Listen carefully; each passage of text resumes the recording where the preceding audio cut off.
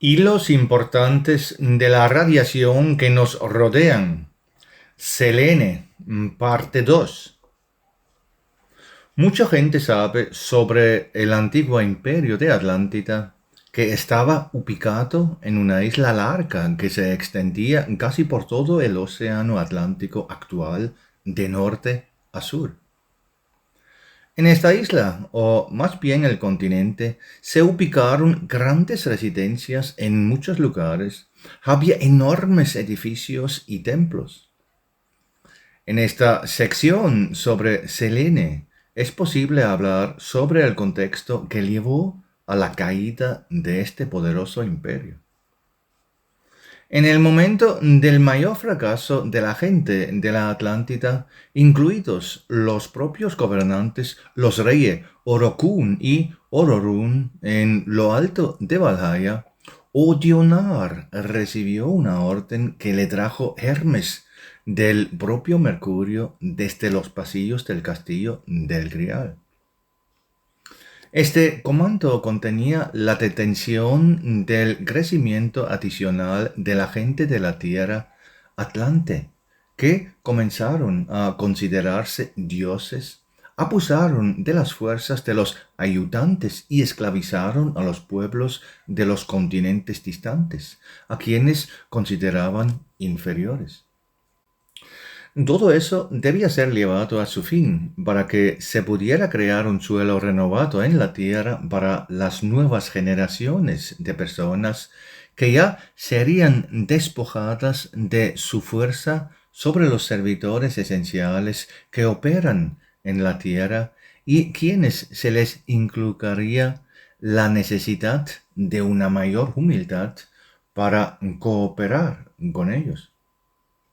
El noble Odionar llamó a Ares y le indicó su tarea. La tierra ha de ser golpeada con fuerza para que nunca más las personas piensan que son más de lo que realmente son, es decir, peregrinos espirituales que van por los caminos de su evolución en la materia de la obra posterior de la creación. A la gente de Atlantis ya se le dio un largo plazo para su transformación hace algún tiempo, pero desperdiciaron más de la mitad del tiempo dado para cambiar, como si sus oídos estuvieran llenos de cera. Por lo tanto, una era dorada de la humanidad en la tierra cuando ésta no valoraba las bendiciones que le llegaban desde la luz iba a terminar. La gente de Atlantis dejó de valorar la cooperación con los sirvientes conscientes y dio por sentado que los ayudaban en todo. Al mismo tiempo, su ascenso terrenal estuvo directamente relacionado con la ayuda fiel de fuertes sirvientes que fueron enviados a la tierra por Valhalla. Grandes gigantes y poderosos representantes de los elementos estaban aquí para ayudar a las personas que permitieron a las personas de esa época ver como evidente lo que ahora es imposible para los humanos. El surgimiento del Imperio Atlante duró decenas de miles de años y, de hecho, podrían llamarse la Edad de Oro de la gente de Atlántida en ese momento. En su apogeo, la Atlántida fue considerada el reino gobernante de toda la vida en la Tierra. También fue un verdadero imperio omnipotente. Pero no se dio cuenta de lo que hizo con él, porque disfrutaba de su fuerza abrumadora y no quería admitir que tenía una inmensa responsabilidad espiritual. Atlantis descuidó esta responsabilidad durante demasiado tiempo y, al hacerlo, comenzó a desentrañar gradualmente los hilos que estaban obligados a traer destrucción. Dondequiera que los más fuertes y los más bendecidos no ayuden bondadosa y sabiamente a los más débiles, surge una unión de fuerza que debe manifestarse como una descarga en una tormenta que obliga a regresar al flujo natural del equilibrio. Esto es lo que sucede en todos los lugares de la obra de la creación, donde las fuerzas que fluyen desde el grial son desviadas o torcidas, y por lo tanto, esta ley llegó al propio imperio de la Atlántida durante el reino del gran Orocún. El orgullo de este pueblo debía ser variado, así como su fuerza prevaleciente sobre los demás, para que la línea de vida en la tierra no se desviara más de las leyes primordiales de Dios, guardando sabiamente todo desarrollo en la obra de la creación. La obra del espíritu humano decaído, que había comenzado a dar frutos falsos, debía ser destruida. Sin embargo, el planeta que pertenece a la mayordomía de la sierva de Erda no debía ser destruido, porque este planeta ya fue elegido de la luz al comienzo de la creación del universo de Éfeso por su posición para una tarea bendita especial que estaba por venir mucho tiempo después. Ares escuchó la orden de Odionar con su zumbido dentro de su ser. Se inclinó y voló como un rayo desde los pasillos de Valhalla. Se dirigía a los mundos de esa materia que conocía, que a menudo mantenía dentro de sí mismo de la destrucción solo con la máxima abnegación. Se detuvo en el puente resplandeciente que conducía a Éfeso. El ángel que vigilaba esta parte del mundo se sorprendió por la velocidad con la que Cava Roja de Ares pasó volando junto a él. Observó la lanza de este sirviente reposante de poder con aprensión. La llama de su candelabro tembló, porque sabía por qué venía este poderoso siervo. Iba a haber un enderezamiento de lo que estaba torcido. La materia temblaba en previsión de algo terrible por venir, pero que no se desviaría ni un ápice de la justicia suprema. Los seres y todos los que trabajaban en esta parte se retiraron, pero los terrícolas no sintieron nada. Ni siquiera escucharon las advertencias que les habían llegado mucho antes de sus líderes espirituales. En su orgullo se regocijaron por el poder que aún tenían, del que continuaron abusando para fortalecer las grandes murallas protectoras alrededor del trono real de Ororún. Parecía que al menos los mensajes de los mensajeros les habían llegado después de todo, decidiéndoles que los Rizum esenciales, los gigantes que los servían, ya no querían someterse a su gobierno. Sin embargo, los atlantes rechazaron su cargo de orgullo y soberbia en lugar de hacer las paces con los gigantes y demás, y también en lugar de humillarse ante el Creador, y continuaron considerándose una especie espiritual más que humana. El ojo acuto de Ares vio todo esto y mucho más, pero no pensó en lo que lleva a las personas a un comportamiento tan loco. No era su manera. Se paró y observó el mundo de la materia y los eventos que tenían lugar en él. Vio los puntos débiles que le permitieron impresionar. Hizo grandes esfuerzos para no extender su mano en el curso de todas las estrellas circulares de Efesos y así provocar el colapso de todo el sistema cósmico. El deambular de su visión a lo largo de los hilos del destino puede llamarse una penetración esencial clarividente a través de las leyes físicas de la materia. El silencio y la quietud a su alrededor eran insoportables porque no estaba en su naturaleza estar tanto tiempo de pie y parecer inactivo. Hubo un silbido que sacudió todo. La lanza salió volando de su mano con un movimiento violento y se precipitó a través del espacio hacia las profundidades de los mundos de Éfeso. Donde apareció, todo a su alrededor se estremeció y tembló. Como un relámpago volador, desapareció en las nebulosas de los mundos estelares. La figura o curiosa de Ares se paró en el puente de Heimdall y pareció congelarse por un tiempo en cierta expectativa. Durante un tiempo no pasó nada y todo parecía como si hasta el correr de los hilos de todo Éfeso se detuviera por un momento. De repente, sin embargo, la lanza apareció como un rayo y obedientemente regresó a su mano. Antes de eso, en algún lugar a los lejos, cubría un gran arco. Con la misma rapidez con la que voló, terminó de nuevo en la mano de Ares. Una breve sonrisa de satisfacción apareció en su rostro. Su trabajo estaba hecho.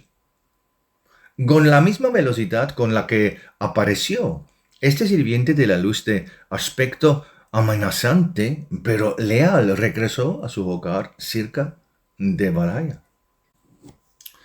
Esperaba con ansias este lugar suyo que constantemente tiembla de fuerza y no es ni quieto ni apacible, pues aquí todavía suena el chasquido de sus armas con las que trabaja sin cesar para mantener el fluir de su fuerza. Mientras tanto, cuando Ares regresó y Odionar supo de él la noticia de la tarea cumplida, en las fuerzas cósmicas de la materia gruesa de Éfeso, un cometa se precipitaba por el espacio, desprendido de una estrella lejana por la punta de una lanza arrojada por Ares. Con un conocimiento perfecto de las leyes de la materia, un golpe bien dirigido desprendió una porción de la masa de una estrella que se desintegraba a lo lejos, de la cual una porción voladora de materia, el cometa, ahora se dirigía a la Tierra. A las personas de la Tierra les quedaron 3 años, que les dieron para una posible conversión, pues el cometa estaba siendo vigilado por Ares, quien ya al comienzo de la llamada de Ares tenía órdenes de Odionar de detenerse su trabajo.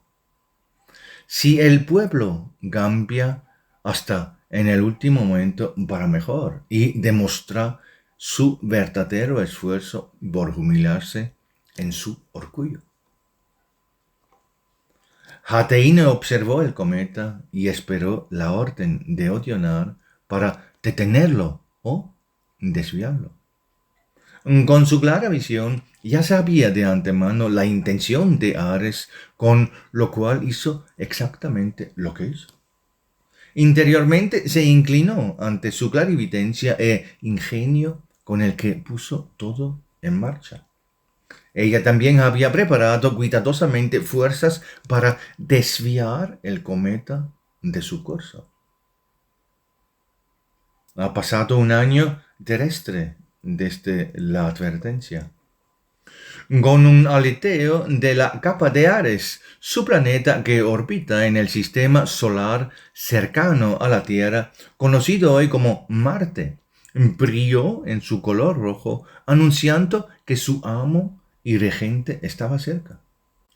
Hasta ahora, la gente no prestó atención, aunque los observadores de estrellas que observaron el cielo nocturno dieron la alarma y la suma sacerdotisa de la Atlántida envió una llamada de advertencia a los reyes sobre el castigo inminente por su orgullo y el de la más alta nobleza que los rodeaba.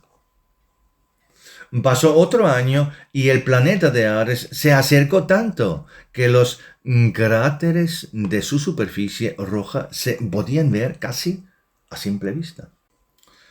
A veces parecía que iba a estrellarse contra la Tierra. La sacerdotisa envió otro mensaje de advertencia a los reyes, pero estos volvieron a menospreciarlo y rechazarlo. El vuelo de cometa ya había recorrido gran parte de su recorrida por el espacio y ya había aparecido con su resplandor entre los rayos de Apolo. Hateine aún no tenía orden de detenerlo. Mientras tanto, en la Tierra, la posición de la estrella y los extraños sucesos en las profundidades de Erta causaron preocupación en la gente. Un pequeño cometa apareció en el cielo sobre sus cabezas y los reyes preguntaron a sus observadores de estrellas si esa era la causa de todo lo que estaba pasando. Los astrónomos atlantes confirmaron que el cometa se acercaba a la Tierra, pero al mismo tiempo calcularon que no la alcanzaría. La pura sacerdotisa de la Atlántida desde su lejana morada envió una última carta urgente a los reyes, en la que escribía que la causa de todos los hechos era la arrogancia del espíritu humano en la Tierra. Ella misma, iluminada internamente, dejó su cuerpo terrenal y regresó a su hogar, a los jardines espirituales de su señora, Astarte. Los reyes ya estaban perdiendo influencia sobre su influencia, ya que el humo salió del cuerpo de Erta en muchos lugares y el suelo temblaba bajo los pies de todos.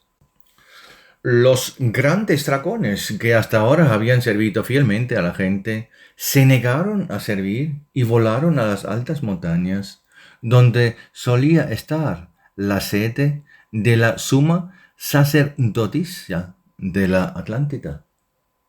La proximidad de la estrella roja de Ares provocó enfermedades entre las personas en la tierra, matándolos sin piedad. El tercer año había comenzado desde el golpe de la lanza de Ares. La tierra se agrietó en muchos lugares y una fuente termal de magma se derramó. Lluvia roja y oscura cayó del cielo y el cielo estaba cubierto de oscuridad. Los astrónomos ya no podían observar el cielo, pues ya no había una sola noche clara que lo permitiera. Sin embargo, un destello cruzó el cielo como si una cadena de estrellas se hubiera descarado y se precipitara hacia la tierra. La gente de Atlantis se acostumbró a que todo lo esencial estaba sujeto a su voluntad. Por primera vez comenzaron a temer por su destino. Escondidos en sus grandes mansiones de piedra, temblaban de miedo por lo que estaba por venir. Por un momento, sin embargo, todo pareció haberse detenido, pero el silencio que descendió fue más siniestro que el estruendo y el temblor de la tierra anterior. Fue solo un breve momento cuando la naturaleza, junto con las personas, tomaron un respiro de la acopiante presión. Las nubes pesadas del cielo comenzaron a separarse y parecía que un cielo despejado con el sol volviera a aparecer. Inmediatamente, sin embargo, la gente gritó horrorizada. La luna, que siempre había estado dando vueltas en su órbita, de repente apareció más cerca de lo habitual entre las nubes oscuras y cada vez estaba más cerca. Muchos vieron la figura de Selene de pie sobre un gran disco brillante que rotaba hacia la Tierra.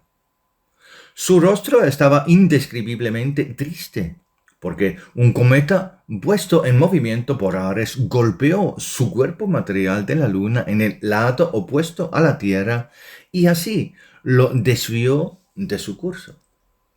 No fue un golpe fuerte, pero aún así desvió la masa de la Luna más cerca de la Tierra. En realidad no era mucho, pero era suficiente para el fenómeno que tenía que venir. La proximidad de Selene despertó a Océano y Poseidón a una tremenda actividad. Todo tembló cuando las poderosas fuerzas de los cuerpos cósmicos ejercieron fuerzas de atracción mutua entre sí. El cuerpo de la casa material de Selene absorbió el agua en lo alto con su proximidad.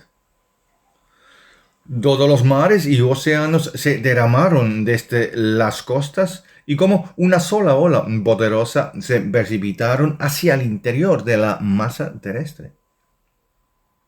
A medida que la Tierra giraba, se creó una onda centrífuga que, atraída por la fuerza del cuerpo de la Luna, se derramó sobre los picos de las montañas más altas. El agua de mar varió la ciudad de Orocún y su propia residencia, que había sido fortificada contra la interferencia externa durante décadas. Como si estas barreras no existieran en absoluto, el agua se precipitó sobre las paredes solo para caer inmediatamente en zanjas profundas que se suponía que nadie debía cruzar. Sin embargo, los llenó en un momento y continuó irresistiblemente su camino más y más alto. Arrastrando todo a su paso con espuma, se abrió paso a través de los extensos cuartos de los enormes palacios de piedra, acercándose al más extenso de todos, la sede de Orocún. Rendido mientras intentaba ayudar primero en lo que podía, el gobernante de Atlántida se quedó ahí con los ojos mirando cómo él y su nobleza Arman había estado tan curioso ahora desaparecía en un breve momento en el rugido espumoso de las aguas del mar. Todo tembló cuando los edificios se precipitaron hacia las aguas. Y cuando el agua llegó al palacio de Orocuna, él se paró ahí entre los poderosos pilares de su cúpula y expuso su cuerpo a las olas de las aguas que paralizaron todo con su inusual frialdad. La ola llevó su cuerpo más allá de las montañas más altas, desde donde sus ojos iban a captar un último vistazo de la ruina de su país.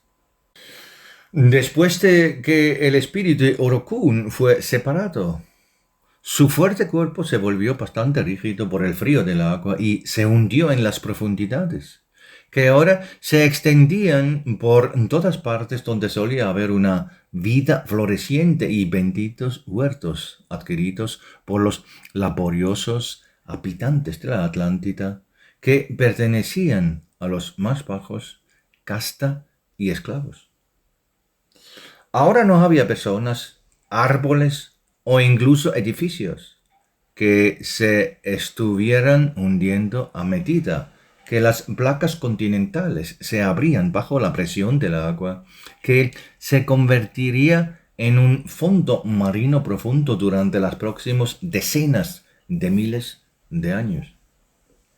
Fue un evento aterrador que, en la tempestad de los elementos, no conoció piedad para ninguna criatura viviente. Al final, el reino más luminoso de Ororunova también se derrumbó, habiendo resistido más tiempo porque se construyó como un reino de agua flotante en la superficie del océano.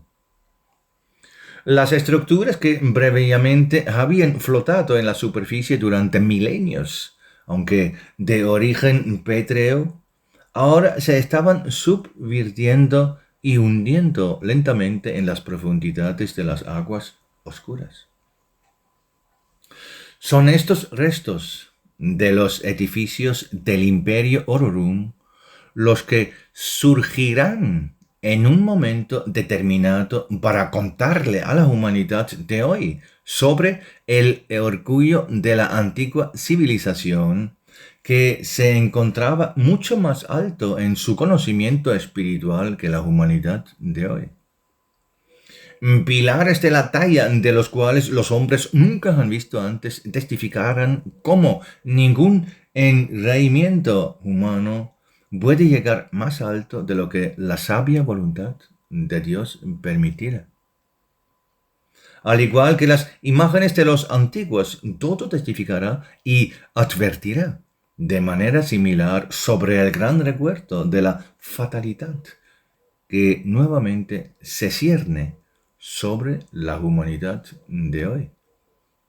Incluso entonces, estas imágenes fueron capturadas en los hilos de las nornas para dar testimonio a su debido tiempo de la humanidad de la Tierra, mucho más débil y frágil que la raza de los atlantes. Hateine, que había llegado a la Tierra en ese momento, miraba todo esto con asombro. Ella también vio los hilos de los alfares y vio la luz fluyendo a través de estos hilos, trayendo alineación y purificación.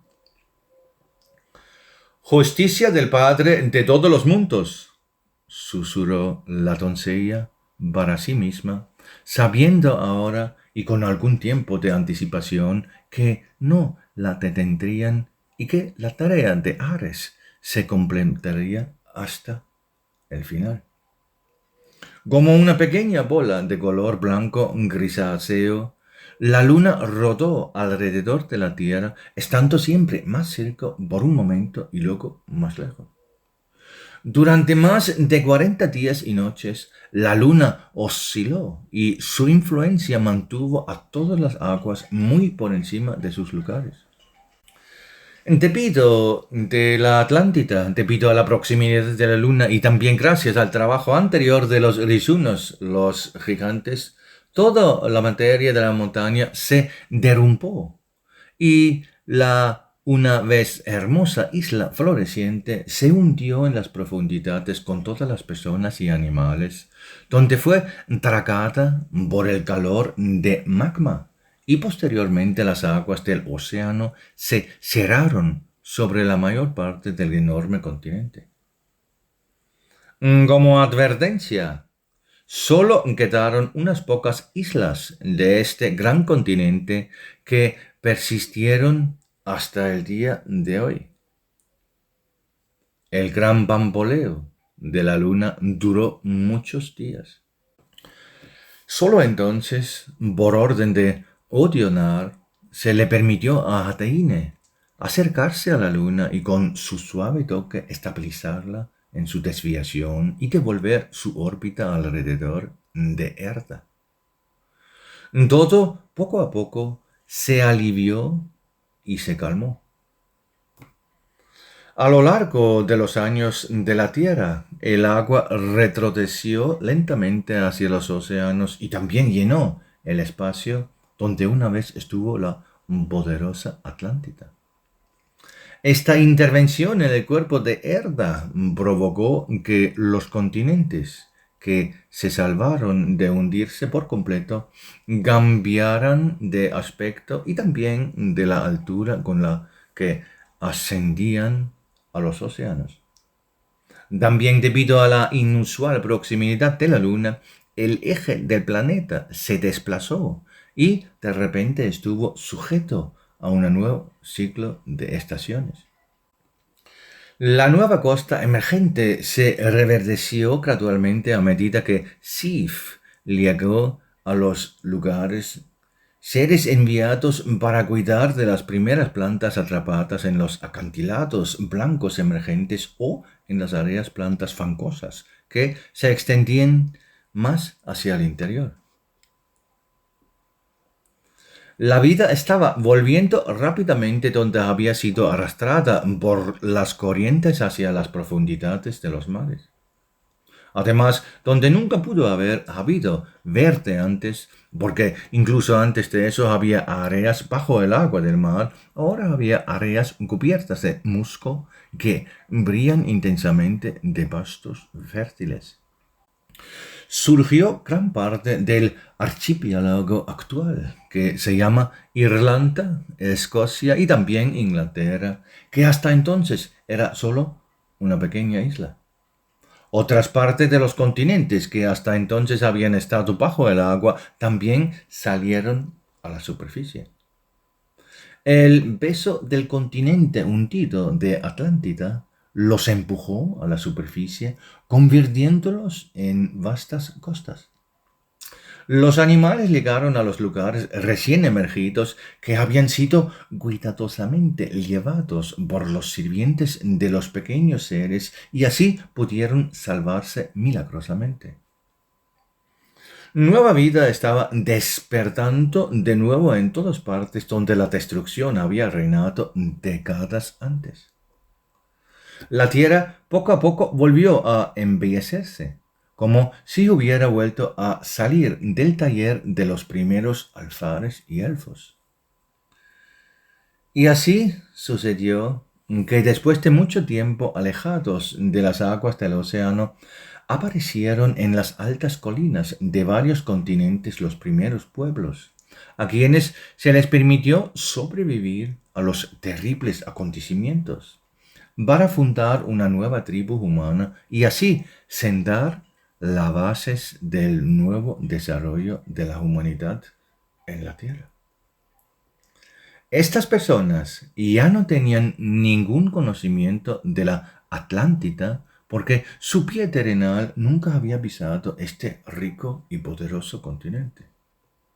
Eran personas que aún debían ser conducidas al conocimiento nuevamente para que pudieran avanzar más rápido en su inconsciencia terrenal. Y por lo tanto, Dios Padre envió un líder fuerte del reino divino para ayudarlos. El arcángel Lucifer, elegido para el servicio que le había sido encomendado, descendió por las esferas y se sumergió en las profundidades de las materias para comenzar su tarea. Estaba convencido de que sobresaldría en esta extraordinaria y inesperada tarea y que todos en toda la creación y los demás arcángeles le expresarían su respetuoso agradecimiento. Hateine completó su parte de la tarea y regresó a su brillante palacio cerca de Valhalla.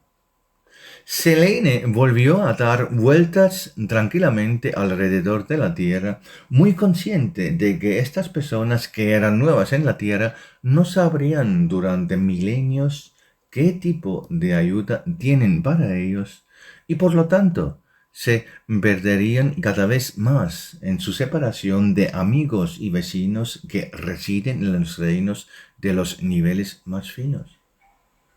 Vio cómo se ensancharía la brecha entre el mundo terrenal y las demás partes de la obra de la creación y cómo ella no podría cambiarlo. Solo el pueblo mismo tendría que querer cambiar eso.